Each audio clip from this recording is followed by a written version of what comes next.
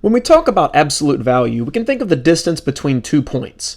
For instance, the distance between 6 and 3 is found by simply subtracting one term from the other. So 6 minus 3 is 3.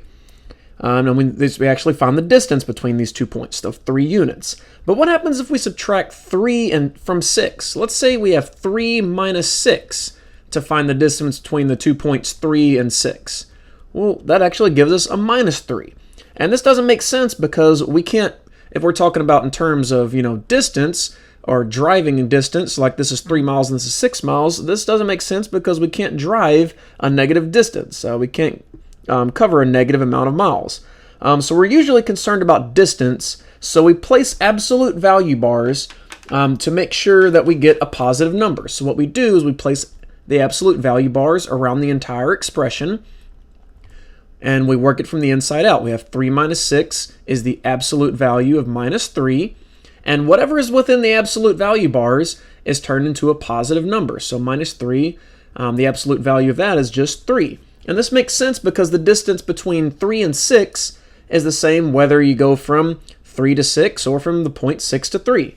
So absolute value bars are dealt with the same as parentheses and are worked from the inside out like this. So let's do a few examples. Let's find the distance between the following points on a number line. So we have a number line here, and we want to know the distance between the points 9 and 4. We want to know the distance between these 2 points. So how do we do that? Well, we simply take 9 and 4. It actually doesn't matter which order when we're talking about distance. We can be traveling from 4 to 9 or 9 to 4, and we simply take the absolute value bars of the distance. So the absolute value of the distance. So 9 minus 4 is the absolute value of 5, and anything that's in the between the absolute value bars, we simply make positive, and 5 is already positive, so we actually don't need the absolute value bars in this case because we wrote it from 9 to minus 4. So they actually don't affect a positive number.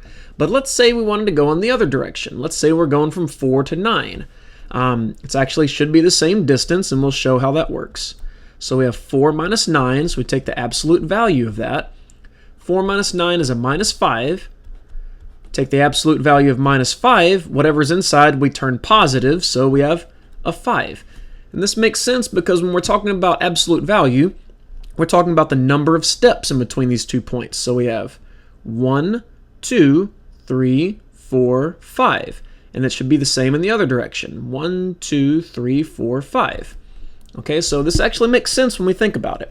So let's take a look at the distance between the points 5 and 7. We want to know the distance between these 2 points. Well, we simply take one point and subtract it from the other. It actually doesn't matter either way, so we have 5 minus 7. We take the absolute value of this because we want to know the distance in between these. So we have 5 minus 7 is the absolute value of minus 2.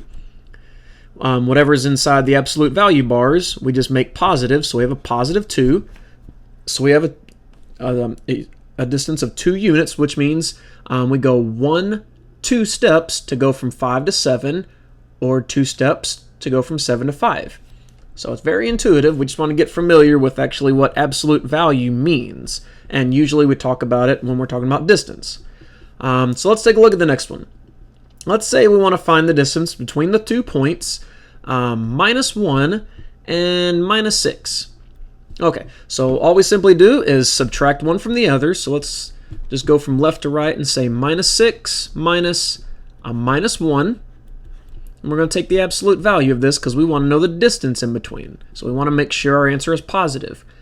These two negative signs cancel, so we have the absolute value of negative 6 and positive 1 is minus 5. And we saw over here that a minus 5, the absolute value of that is just 5. And we can check by counting the steps here. So we have 1, 2, 3, 4, 5 units. And that goes in either direction. All right, let's do a few more just for practice. Let's say we want to know the distance between the 2 points minus 3 and positive 2. Okay, so let's just go from left to right. So we have minus 3 minus 2. We're subtracting the distance here. Okay, so we're subtracting minus 3 and minus 2. We're taking the absolute value of it. We can add a negative here, so we're going to have an absolute value of minus 5. And once again, that's actually a distance of 5. Let's go ahead and check. This should be 5 distance apart, so we have 1, 2, 3, 4, 5. All right, let's go in the opposite direction just to prove that it actually doesn't matter which direction we go, as long as we take the absolute value of it. So we say 2 minus a negative 3. These two negatives cancel, so we have the absolute value of 5, and that's already positive, so we can just drop the absolute value bars, and 5 steps in both directions is indeed correct. Okay, fairly straightforward. Let's just do a couple more. We want to know the distance between the point 1 and the point -10. Okay, this is actually going to be a fairly larger distance, so let's go ahead and take it from left to right. We have -10 minus a positive 1. We're going to take the absolute value of it because we want to know the distance in between them. We can add a negative here. So we have -10 plus a -1 is the absolute value of -11.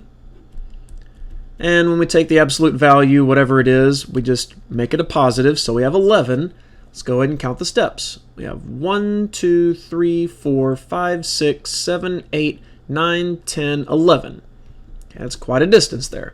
And we can go in the opposite direction, and we should get the same thing, and we'll actually leave that for you to check on your own. Let's go ahead and look at one more before we move on.